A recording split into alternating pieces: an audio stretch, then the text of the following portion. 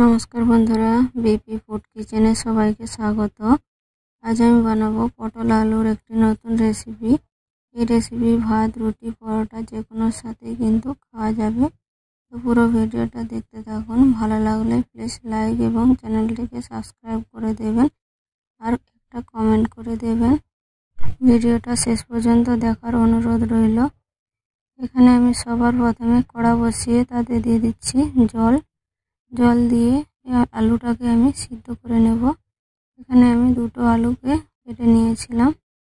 এবারে আমি হালকা করে লবণ দিয়ে এটাকে আমি ঢেকে 10 থেকে 15 মিনিটের মতো সিদ্ধ করে নেব আলুটাকে। আলুটা আমার সিদ্ধ হয়ে গিয়েছে। আলুটা কিন্তু পুরো ভালো করে সিদ্ধ করে নিতে হবে। এবারে আমি এটাকে ফুটিয়ে নিচ্ছি। আবার আমি কড়া বসিয়ে তাতে দিয়ে দিচ্ছি সরষের তেল। তেলটা ভালো করে গরম করে তাতে দিয়ে দিচ্ছি সামান্য পরিমাণে লবণ। এবারে দিয়ে দেব পটলগুলোকে আমি এইভাবে লম্বা লম্বা করে কেটে নিয়েছি।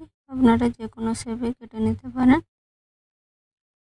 এবারে পটলগুলোকে আমি 2-3 মিনিটের মতো ঢাকা দিয়ে দেব। 2-3 মিনিট মতো হয়ে গিয়েছে।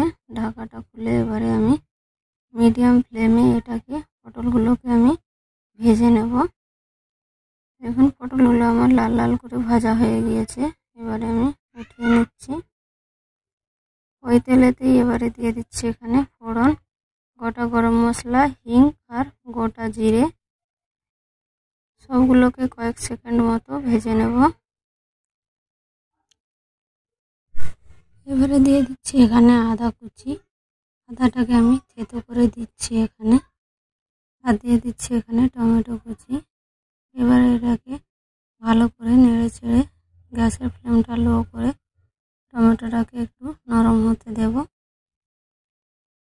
এখানে আমি হাফ বাটি দই নিয়েছি।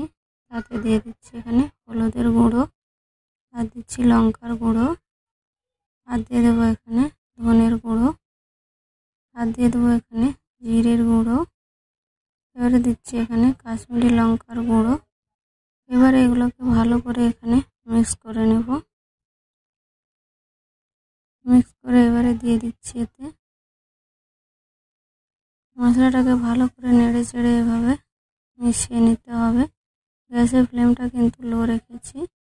এবারে বাটিটা ধুয়ে একটু জল দিয়ে মশলাটাকে ভালো করে কষিয়ে নেব।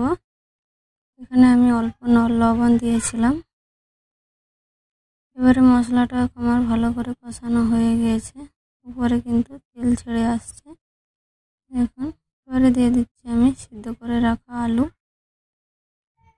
আর দিয়ে দিচ্ছি এখানে কসুরি মেথি। এবারে আলুটাকে এখানে খুন্তির সাহায্যে ভেঙে ভেঙে একটু ভালো করে মিশিয়ে নিতে হবে।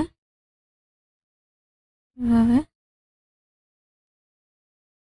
তাহলে কিন্তু আলুর ভিতরে মশলাও ঢুকবে আর আলুটা খেতেও কিন্তু ভালো লাগবে। আলুটাকে ভালো করে মশলার সাথে কষিয়ে নিতে হবে।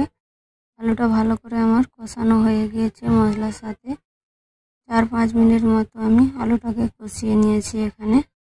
এবার আমি দিয়ে দিচ্ছি এখানে জল। এখানে আমি 2 বাটি জল দিয়েছি। আপনারা যেমন ঝোলটা রাখবেন সেই অনুযায়ী কিন্তু জলটা দিয়ে দিতে হবে। এবারে আমি সবগুলোকে ভালো করে মিশিয়ে নেব। মিশিয়ে নিয়ে এটাকে আমি ফুটতে দেব। গ্যাসের ফ্লেমটা এখানে হাই করে দেব।